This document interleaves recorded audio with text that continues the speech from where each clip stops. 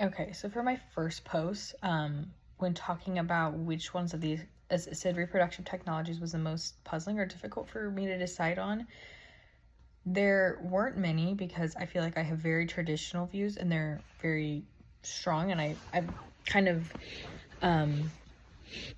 know a lot about this already, so I have formed opinions on these things.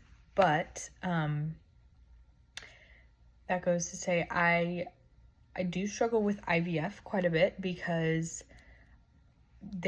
I have some, personal connections to it, and then I've seen, just how widespread it is about how beneficial it can be for couples that can't have kids naturally and for infertility reasons. But then I really do struggle with the embryos that are oftentimes discarded or just kind of looked over as if that's not a human being. And so I really do struggle with the act of creating life through conception and fertilization, and then picking and choosing which one is worthy over another, and then just letting that one that you intentionally fertilized either be discarded or used for purposes other than life. So I really do struggle with that one. And I don't think I'm able to get to a concise answer.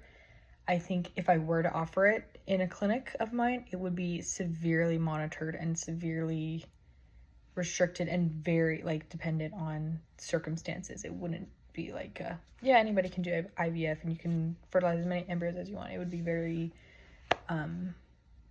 monitored, to say. And then everything else I was pretty strong about. So I think for screening for disease, that was another one that I was kind of actually more troubled on, just because it would be very helpful to know if your child was more adept to cancer or sickle cell disease or other diseases like that. But then I also go back to, you don't know that now when you go to have a child. Most people don't know if their child is going to be predisposed to that kind of sickness. So I just don't think it's natural that you would get to see that over others, and then it poses the problem that people would, figure out that their child is more predisposed to those things, maybe, and you've already fertilized it and it's already an embryo, maybe it's even already implanted, and then you decide to terminate it. And that's just seems incredibly immoral to me and unfair to me, just because of my personal really strong beliefs on this subject. And then for everything else, I pretty much was able to give a very strong answer for. And then if I were to have to decide on which technologies to use or forgo, I agree with Alessio. I would rather not have to. If I didn't have to, I definitely wouldn't use any of these. But I do understand that sometimes is not an option. And you never know. And coming from a family who has, personal experience with some of these methods, it is very important for me to kind of understand what I would use and what I wouldn't.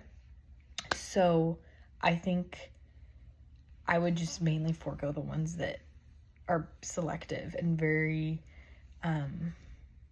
you're selecting height, gender, whatever, all of that stuff. I would absolutely not use that for personal gain, personal preference. It's not about me.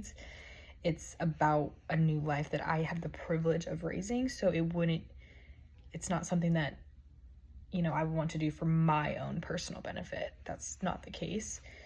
So anything like that, I could see myself doing sort of surrogacy or insemination if infertility were an issue. But things like screening, I don't know if I would use IVF. I really don't think I would. I think I'd rather adopt in that sort of case. So I think I hold very traditional views, so I kind of stick with those. So